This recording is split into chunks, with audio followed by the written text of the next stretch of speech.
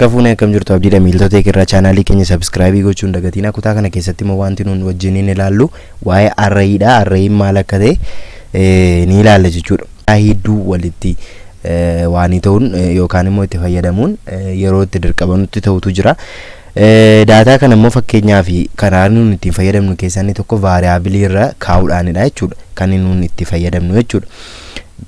Garuu as keessatti wanti waan ta'u vaariyaabiliin yeroo hundumaa value meeqa qabata? Value tokko qofa qabata jechuudha. Fakkeenyaaf bakka kanatti dhee value biraatti dabaluu hin danda'u jechuudha. Sababiin isaa maaliif sirriin ta'u jechuudha. Tokko qofa value tokkitti qabata jechuudha. Garuu isa kana furuudhaaf yookaan immoo daataa hedduu fayyadamna yoo ta'e fakkeenyaaf bakka tokkotti trace isaan gochuudhaaf maal goona isa jedhuu fi array fayyadamna jechuudha. Gabaabaatti array maal godha? Multiple value dha kan inni hold godhu yookaan immoo kan inni qabatu jechuudha. Kana jechuun collection of individual variable dha jechuudha. Fakkeenyaaf anammas keessatti kan fayyadameeru variable 10 fi 5 kana story gochuudhaaf yookaan immoo programmii kiyya keessatti story gochuudhaaf variable lamanii create godhe jechuudha. Garuu kana bifa tokkoon yookaan immoo array itti fayyadamuudhaan bakka tokkotti hold goonee qabachuu ni dandeenya jechuudha. Isa kana gochuudhaaf immoo maal goona? Bakka kanatti fakkeenyaaf ani integerii warruma kanaan maal gochuu barbaadani gara arraytti deebisuu barbaade yookaan immoo value isaan hold godhanii jiran kana variable lamarra gochuurra gara variable tokkotti fiduu sababiin barbaadeefidha jechuudha. Isa kanaaf bakka kanatti ergan kana godhee booddee maal godha? Square bracketiin godha jechuudha. Square bracketidhaa fi kun gargareedha jechuudha. Isa kana ergan godhee booddee maalan godha utuun waan hin ta'in dura jechuudha. Bakka kanatti maalin godha? Fakkeenyaaf numbers jedha. Lakkoofsa ta'uu isaa adda baasumaaf jechuudha. Kana booddee erganii kana godhee booddee as keessatti immoo maalin godha? Elementoota array sanaa yookaan immoo arrayin sunni wanta inni of keessatti hold godhuun maal godha jechuudha. Bakka kanatti bakka kanan kaa'a jechuudha fide. Amma as keessatti value meeqaan kennaafii jira jechuudha? Gara value 5 jechuudha. Kanaaf iyyuu haala kanaan ammani waan tokko gubbaarratti jechuudha array fayyadamuudhaani value gara 5 hold godheera yookaan immoo walitti collect godhee qabeera jechuudha. As keessatti tuun fakkeenyaaf haala kanaan yookaan immoo variable tuun fayyadamee ta'e at least yoo xinnaate xiqqaate line meeqa na barbaade jechuudha. Kanaaf line tokko, kanaaf line tokko, kanaaf line tokko. Haala kanaan yoo deeme meeqa dhaqachuudha? Gara 5 dhaqa jechuudha. Garuu bifa kanaan gara line meeqaatti fideeyyuu gara line tokkottidha jechuudha. Kanaaf iyyuu gabaabamatti faayidaa array haala kanaanis ilaaluu ni dandeenya jechuudha. Inni kan biraan wanti gaaffii ta'u yoo jiraate as keessatti maalidha? Value akka kanatti hold gochuun haa ta'u haala kamiin immoo fakkeenyaaf fayyadamna isa jedhudha. Fakkeenyaaf bakka kanatti result jedheen lakkoofsa sana lamaan walitti warra variable irra jiru jechuudha. As keessatti jechuudha. Kana booddee warreen kana maal gochuu ni danda'a? Display gochuu ni danda'a jechuudha. Fakkeenyaaf display gochuu dursa ergani value kana walitti edee booddee mani eda'uudhaaf wanti na waan ta'e tokko hin jiru yookaan immoo wanti na rakkise hin jiru local variable makanan fuudhee maal godhe walitti edee jechuudha lamaan isaa. Garuu as keessatti array irratti haala kamiin goone isa jedhu ilaallaa jechuudha. Amma as keessatti nuun fakkeenyaaf array keessatti lakkoofsota achi keessa jiran yookaan immoo lakkoofsota array yookaan elementoota jenna. Gaa warra as keessa jiranii elementoota array maal jedhuudha? Numbers jedhuudha jechuudha. Warri as keessa jiran 15 8 78 90 warreen jedhan kun jechuudha. Isa kanaaf egaa elementoota as keessa jiru walitti heda'uu yoo barbaanne fakkeenyaaf haala kamiin goona isa jedhuudha jechuudha. Wanti nuun wajjin ilaalu fakkeenyaaf warra kana nan balleessa. Bakka kanatti dhufee maal jedha? Numbers jedha jechuudha.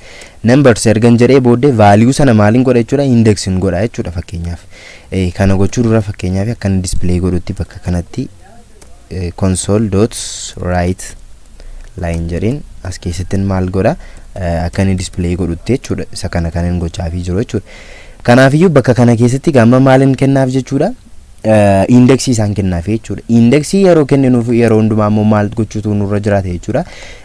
Kan nuun irraa kaanu maal irraadha? 0 irraadha jechuudha. Kanaaf iyyuu isheen 10 kun meeqa taati? 0 taate jechuudha. 5 meeqa taa?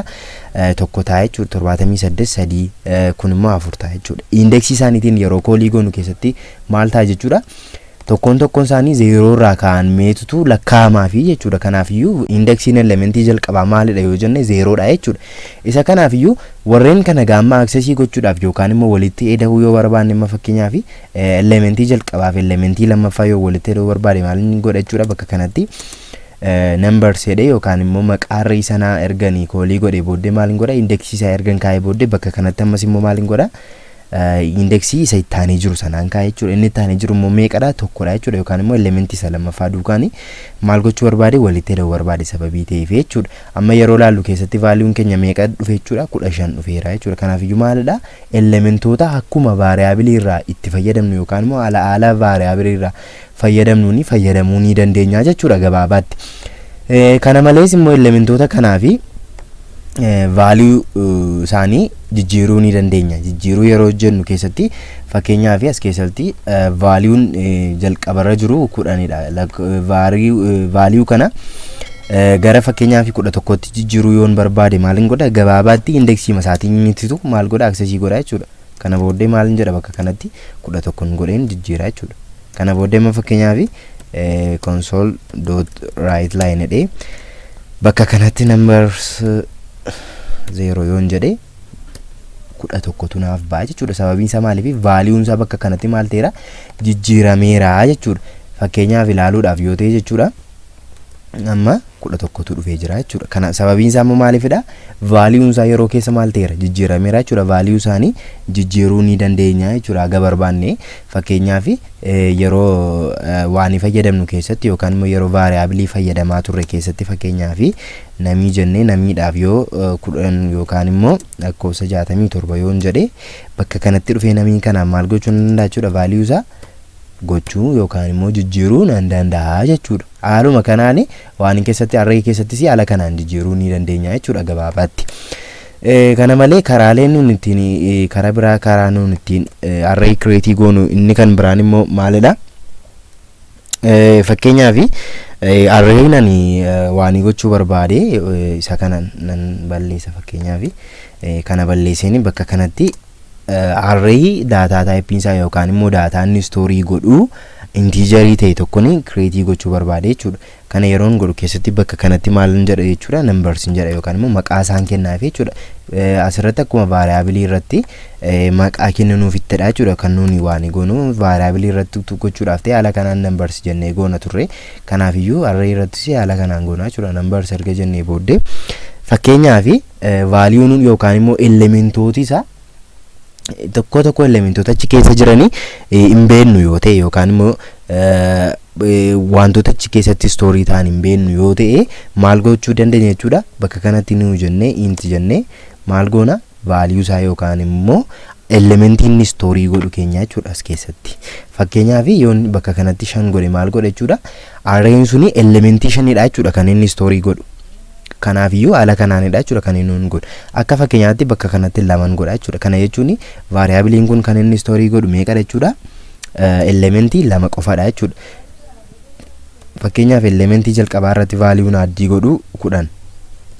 Elementii isa lammaffaa irratti immoo vaaliyuun addii godhu yookaan elementii inni lammaffaa indeksiin isaa tokkodha. Vaaliyuun addii gochuu barbaade meeqadha? 45 jennu.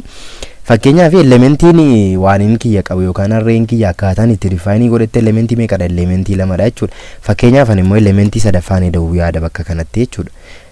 Bakka kanatti fakkeenyaaf elementii sadaffaa yeroon eda'u keessatti value isaa 90 jedha jechuudha. Kana booddee erganii kana godhee booddee fakkeenyaaf console.writeLine jedhee bakka kana keessatti maalin jedha elementii sadaffaa kan display godhuun barbaade. Kana jechuun elementii ko akkaataan itti bakka kanatti define godhe keessatti elementiin yookaan array'n ko elementii meeqa qabata? Elementii 2 qofa qabataa ture. Garuu bakka kanatti maalin godha sadaffaa yaalaa jira jechuudha. Fakkeenyaaf haala kanaan yoon godhe deebiin naaf deebisuun ilaala jechuudha. Fakkeenyaaf deebiin naaf deebisu akka bakka kanatti argitanitti maala index out of range exception was handled jedhaa jira jechuudha. Kana jechuun maal jedha indexiin suni out of range dha yookaan amma lamaattan jedheni sadaffaan immoo yookaan elementiin sun immoo meeqaffaan seensisaa jira?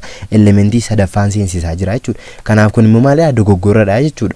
Kanaaf iyyuu maalidha elementii isa kana keessaa baasuun dirqama natti ta'a jechuudha. Kanaan alammoo bakka kanaa dhufe maal gochuutu narra jiraata jechuudha.